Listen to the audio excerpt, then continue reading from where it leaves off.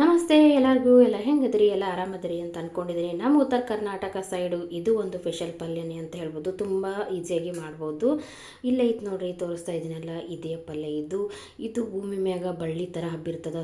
ತುಂಬ ಸಣ್ಣ ಕಡ್ಡಿ ಥರನೇ ಇರ್ತೈತಿ. ಇದು ನೋಡ್ತಾ ಇದ್ದೀರಲ್ಲ, ಸಣ್ಣದಾಗಿ ಕಾಣಿಸ್ತಿರ್ತೈತಿ.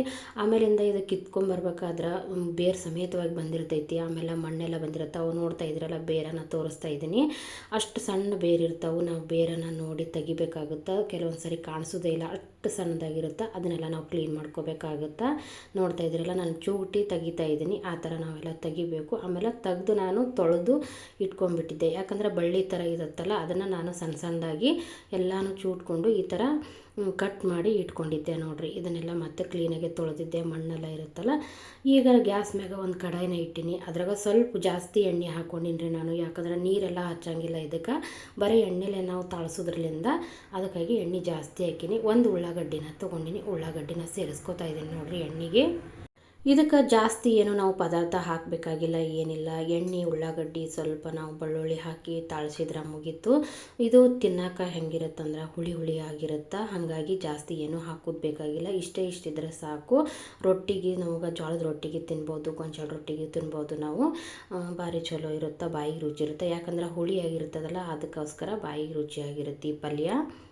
ಉಳ್ಳಾಗಡ್ಡಿ ಏನು ಹಾಕಿನಲ್ರಿ ನಾನು, ಅದು ಸ್ವಲ್ಪ ನಾವು ಕೆಂಪಾಗೋ ತನಕ ಬಿಡಬೇಕು. ಪೂರ್ತಿ ಕೆಂಪಾಗೋದು ಬೇಡ, ಸ್ವಲ್ಪ ಕೆಂಪಾದ್ರೆ ಸಾಕು. ನಾನು ಸ್ವಲ್ಪ ಬೆಳ್ಳುಳ್ಳಿನ ಸಿಪ್ಪಿ ತೆಗೆದು ಇಟ್ಟಿದ್ದೆ, ಜಜ್ಜಿಟ್ಟಿದ್ದೆ. ಅದನ್ನು ಈಗ ಹಾಕಿ ನಾನು ತಿರುಗಾಡ್ಕೋತಾ ಇದ್ದೀನಿ ನೋಡ್ರಿ.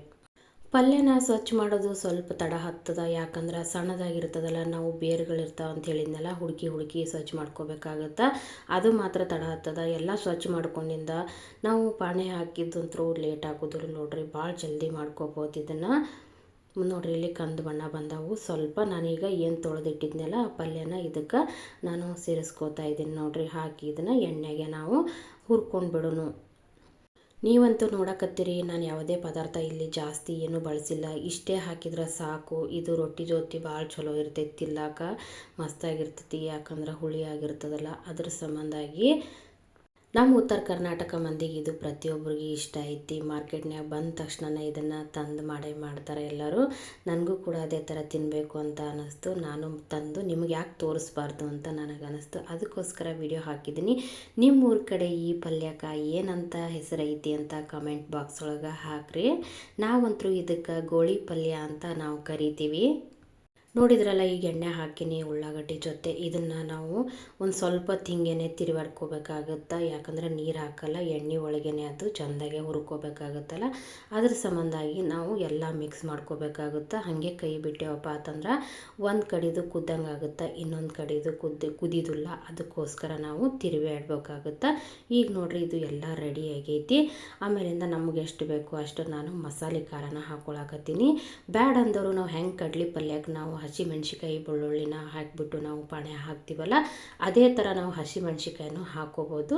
ನಾನು ಸ್ವಲ್ಪ ಟೇಸ್ಟಾಗಿರಲಿ ಅಂತ ಹೇಳಿ ನಾನು ಮಸಾಲೆ ಖಾರನ ಸೇರಿಸ್ಕೊಂಡು ಮಿಕ್ಸ್ ಮಾಡ್ಕೋತಾ ಇದ್ದೀನಿ. ನೀರಂತರೂ ಸ್ವಲ್ಪ ಕೂಡ ನಾವು ಹಚ್ಚಕ್ಕೆ ಹೋಗಬಾರ್ದು, ಟೇಸ್ಟಾಗಿ ಹೋಗ್ಬಿಡುತ್ತೆ ಇದ್ರದ್ದು. ಮಸಾಲೆ ಖಾರ ಎಲ್ಲ ನಾವು ಎಣ್ಣೆಗೆ ಹುರಿದಂಗೆ ಆಗುತ್ತೆ, ಇನ್ನಿಷ್ಟು ರುಚಿ ಕೊಡುತ್ತದು. ಅದಕ್ಕೋಸ್ಕರ ನಾನು ನೀರೇನೂ ಹಾಕ್ತಿಲ್ಲ, ಹಾಗೆ ಎಣ್ಣೆಗೆ ಫ್ರೈ ಮಾಡತ್ತೀನಿ. ಹಿಂಗೆ ಮಾಡಿದ್ರೇ ಅದು ತಿನ್ನಕ್ಕೆ ಮಸ್ತಾಗಿರುತ್ತೆ. ಇದನ್ನೆಲ್ಲ ನಾವೀಗ ಮಿಕ್ಸ್ ಮಾಡ್ಕೋಬೇಕಾಗುತ್ತೆ. ನಾನು ಮಿಕ್ಸ್ ಮಾಡೋದನ್ನು ನಿಮಗೆ ತೋರಿಸ್ತಾ ಇದ್ದೀನಿ. ತುಂಬ ಈಸಿಯಾಗಿ ಮಾಡ್ಬೋದು, ಪ್ರತಿಯೊಬ್ಬರಿಗೂ ರೊಟ್ಟಿ ಜೋಡಿ ಇಷ್ಟ ಆಗುತ್ತೆ. ಇದೇ ಥರ ನಾನು ನಿಮಗೆ ಹೊಸ ರೆಸಿಪಿ ಒಂದಿಗೆ ಬರಬೇಕಂದ್ರೆ ಲೈಕ್ ಮಾಡಿರಿ, ಶೇರ್ ಮಾಡಿರಿ, ಸಬ್ಸ್ಕ್ರೈಬ್ ಮಾಡಲ್ಲ, ಲೈಕ್ ಕೊಡೋದು ಮಾತ್ರ ಮರಿಲಕ್ಕೆ ಹೋಗಬೇಡ್ರಿ. ನೋಡಿದ್ರಲ್ಲ, ನಮ್ಮ ಉತ್ತರ ಕರ್ನಾಟಕ ಸೈಡ್ ಗೋಳಿ ಪಲ್ಯನ ಎಷ್ಟು ಈಸಿಯಾಗಿ ಮಾಡೋದು ಅಂತ ನಾನು ನಿಮಗೆ ತೋರಿಸ್ದೆ. ನಿಮ್ಮ ಕಡೆನೂ ಸಿಕ್ಕರೆ ಒಂದು ಸರಿ ಟ್ರೈ ಮಾಡಿರಿ, ನಿಮಗೂ ಇಷ್ಟ ಆಗುತ್ತೆ. ಅಕ್ಕಿ ರೊಟ್ಟಿ ಜೊತೆನೂ ಇದನ್ನು ತಿನ್ಬೋದು, ಚಲೋ ಇರುತ್ತೆ.